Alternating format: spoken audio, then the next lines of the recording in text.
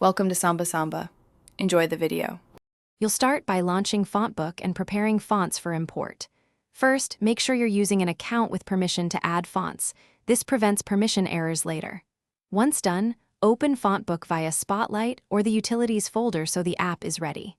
Next, collect your TTF or OTT files into one folder to speed the import. Dragging multiple files at once saves time, and organizing them now helps you decide whether to install for just your user or for all users. Now import and check fonts to avoid problems. Drag your font files into FontBook or choose File, Add Fonts. It's immediate and clear. After import, select new fonts and choose Validate Font to scan for corruption, duplicate post script names, or missing glyphs. Fix issues before use. Once validated, organize fonts into collections or smart collections by style, client, or project so you can quickly find them in apps. Make sure to enable only the collections you need to reduce system font load. Finish by cleaning up conflicts and ensuring fonts are usable.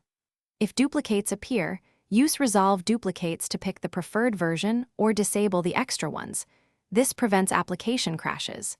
Enable only the fonts you need to keep system performance smooth, and restart any design or office apps to load updated font lists.